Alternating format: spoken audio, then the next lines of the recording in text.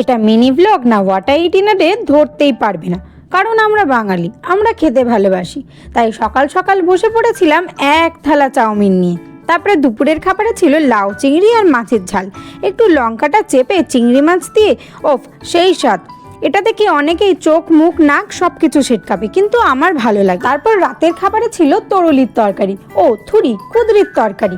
আচ্ছা, এই সবজিটাকে তোমাদের ওখানে তোমরা কি কি নামে চেনো আমাকে অবশ্যই কমেন্টে জানিও। আমি বাপের বাড়িতে জানতাম এটা তরুলি বলে, তারপরে এখানে এসে শুনছি এটা কুদরির নাম নিয়ে বসে। আর বাঙালি হয়ে যদি আমের বংশই না লোপাট করলো, তাহলে কিসের বাঙালি? সকাল বিকেল দুপুর রাত পারলে শুধু শুধু সব সময় আম খাওয়া যায়, ভাত রুটি মুড়ি সবকিছু দিয়ে। এতদূর যখন আমার ভিডিওটা দেখেই নিয়েছো, তখন একটা লাইক করে ছোট্ট একটা কমেন্ট করে দিও। আমার ঝাল খাওয়ার পরে মিষ্টি খেতে ইচ্ছা করে, আবার মিষ্টি খাওয়ার পর আবার ঝাল, তাই তরকারি রুটি খেয়ে একটু লজেন্স খেয়ে আবার মিষ্টি লেগে গেল বলে কুরকুরে খেয়ে নিলাম। চলো টাটা।